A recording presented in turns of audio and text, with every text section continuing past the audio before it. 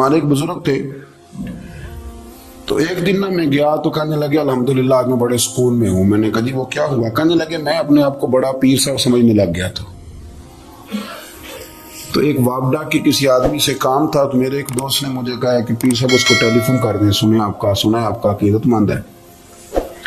میں نے اس بندے کو ٹیلی فون کیا تو کہتا ہے پیر صاحب میں عزت آپ کی بڑی کرتا ہوں پر یہ کام نہیں ہو سکتا۔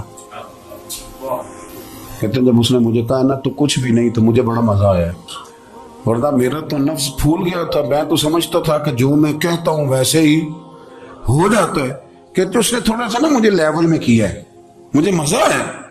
یہ لوگ نا اپنے اوپر بوجھ ڈالتے تھے، یہ تھوڑا تھوڑا پیچھے ہٹتے تھے، یہ سمجھتے تھے کہ اس طرح تمہاری تکمیل رہ جائے گی۔ صبح سے شام تک اگر اسی نفس کی باتیں مانتے جائیں گے تو خرابی کرے گا۔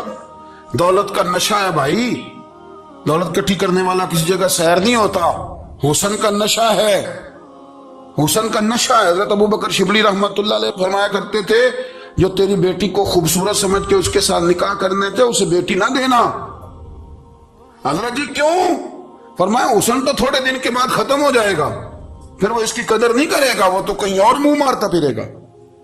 حضرت ابوبکر شبلی رحمت اللہ تعالی علیہ کی بیٹی خوبصورت تھی، ایک نوجوان کہنے لگا میرا نکاح کر دیں۔ آپ فرمانے لگے پتر تو 1 مہینے کے بعد آنا کر دوں گا، بڑی موٹی تازی خوبصورت صاحبزادی۔ تو حضرت نے اسے دوائی کھلائی، اسے پخانے لگ گئے، جو پخانہ کرتی ایک مٹکے میں سنبھال دیتے۔ تھوڑا وقت گزرا تو وہ ہڈیوں کا پنجر بن گئی، مہینے بھر میں دست اتنے آئے کہ کمزور ہو گئی۔ تو ابوبکر شبلی 1 مہینے کے بعد نوجوان کو بلایا، فرمایا ادھر آ نکاح کروں۔ بچی دکھائی تو وہ کمزور بستر پہ پڑی، فرمایا شادی کرنا لگا اس سے نہیں میں نے کرنی۔ فرمایا یہ وہی ہے؟ کہنے لگا جی نہیں۔ فرمایا تو کہتا تھا مجھے عشق ہے، کدھر گیا تیرا عشق؟ کہنے لگا حضرت صاحب آپ کیسی بات کر رہے ہیں؟ فرمایا ادھر آ۔ پھر وہ مٹکا جس میں گند رکھا تھا وہاں لے گئے، فرمانے لگے تیرا اس کے ساتھ عشق تھا، یہ ہے تیرا عشق۔ فرمایا اسے تو میں 4 دن روٹی کھلاؤں گا پھر تندرست ہو جائے گی، لیکن میں دیکھنا چاہتا تھا کہ تو میری بیٹی سے پیار کرتا ہے یا اس کے چہرے پہ آنے والی کچھ وقت کے لیے سرخی سے پیار کرتا ہے، اس لالی سے پیار کرتا ہے جو جوانی کے وقت بچوں اور بچیوں پہ آتی ہے۔ کس چیز کے دل دادا؟ یعنی کیا مطلب؟ نفس کی غلامی، سراسر غلامی، اور پلٹ پلٹ کے اور بڑے بڑے سیانے بندے چھوٹی سی خواہش کے لیے۔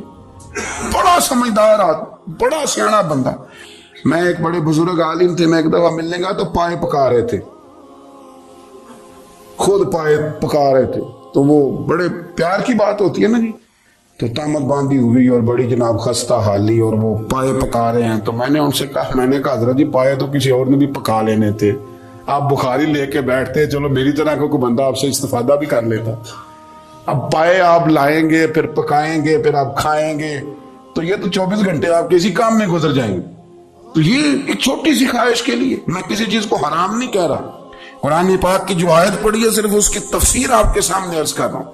ہماری خواہشات ماں پالتی ہے، آپ کو نہیں پتا کتنے دکھ سہتی ہے۔ میں ان ماؤں کو جانتا ہوں جو بیٹے کے حصوں کی مار بھی اس کے ابے سے کھاتی ہیں، مار کھاتی ہیں وہ۔ ایک خاتون ہے، ایک کان سے سنتا نہیں، میرے پاس ایک دفعہ آئی، کہنے لگی 60 لگ گئی سی، کوئی دعا کر دیں کہ آپ کو وظیفہ پر ڈاکٹر کہتے ہیں ٹھیک نہیں ہو سکتے۔ میں نے کہا باجی صحیح بتاؤ مسئلہ کیا ہے؟ کہنے نہیں کچھ بھی نہیں، مسئلہ کیا ہونا ہے، پتر غلط نکل آیا ہے، اس کا باپ روز مارتا ہے، میں آ گئی ہوں تو اس نے ایک تھپڑ میرے کان پہ مار دیے، پردہ پھٹ گیا۔ مائیں مار کھاتی ہیں، لیکن وہ پتر جس کو بڑی محنت سے پالا ہے وہ جوان ہوتا ہے تو اماں سے کہتا ہے تجھے چھوڑ دینا ہے، پر جس لڑکی سے میرا ٹیلی فون پہ رابطہ ہے اسے نہیں میں نے چھوڑنا، وہ نہیں چھوڑ سکتی، ہر شے کچل جاتا ہے وہ۔ اماں کبھی لیٹ کے رات کو سوچتی ہے کہ یہ تو میری کل کمائی تھی، میں تو آج اس کے حصے کے تھپڑ اپنی گالوں پہ برداشت کر رہی ہوں، تو یہ کدھر گیا؟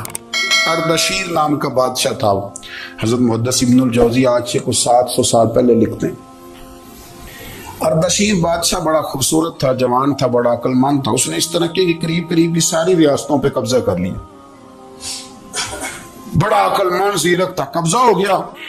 ایک بادشاہ بڑا سخت تھا، اس کے ساتھ جب پنجہ آزمائی ہوئی تو اردشیر کہتا ہے اس پہ میرا قبضہ نہیں ہو رہا تھا، اور جب ہم نے ساری ریاستوں نے مل کے اس پر حملہ کیا تو ایک قلعے کے اندر قلعہ بند ہو گیا۔ اردشیر بڑا خوبصورت آدمی تھا، بڑا سمجھدار تھا، تو وہ بادشاہ قلعہ بند ہو گیا، اس نے کہا نکلنا ہی نہیں. اب وہ اندر بند ہے، یک بار کی حملہ کیا تو وہ بڑا بڑا قلعہ تھا اس میں بند ہو گیا. اس بادشاہ کی نا جس پر حملہ کیا، اس کی بیٹی اچانک ایک دن قلعے کی دیوار پہ چڑھی تو اردشیر کے حسن و جمال کو دیکھا تو عاشق ہو گئی، اور اپنے ہی باپ کے خلاف اسے کہنے لگی کہ اگر تو میرے ساتھ شادی کا وعدہ کرے نا تو میں تجھے رستہ بتاتی ہوں حملہ کرنے کا. اس نے کہا میرا وعدہ رہا، تو رستہ بتا. اس نے رستہ بتایا اس لڑکی نے، اور بادشاہ نے حملہ کیا تو اس کا باپ قتل کیا، اس علاقے پہ قبضہ کیا شادی کے وعدے پر. ہاں نفسانی خواہش بندے کو اندھا کر دیتی، نہیں سمجھ آتی اس کو میں کدھر جانا، اندھا کر دیتی. حملہ کیا، اور جب اس لڑکی کو لے کے آیا نا اپنے محل میں، تو پہلے دن شادی کی پہلی رات تھی، تو بستر بچھایا کنیز نے، تو وہ کبھی کروٹ ادھر بدلتی کبھی ادھر بدلتی. تو بادشاہ کہنے لگا کیا ہے؟ کہنے لگی بستر میں کچھ ہے، مجھے تکلیف دے رہی.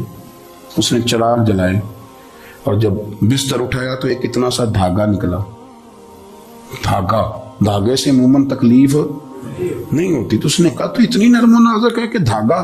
کہنے لگی میرا باپ نا میرے سے اتنا پیار کرتا تھا کہ روز میرا بستر بھی خود بچھاتا تھا، اور اس نے آلہ رکھا ہوا تھا، وہ ناپتا تھا کہ کوئی پایا اونچا نیچا تو نہیں، میری بیٹی کا بیلنس سوتے وقت خراب نہ ہو جائے. اور میرے لیے گوشت اور کپڑے بھی خود پسند کر کے لاتا تھا، کھانے پینے کا خود خیال کرتا تھا. اردشیر کہنے لگا اچھا وہ اتنا پیار کرتا تھا، اور پھر تو نے اس کے ساتھ کیا کیا؟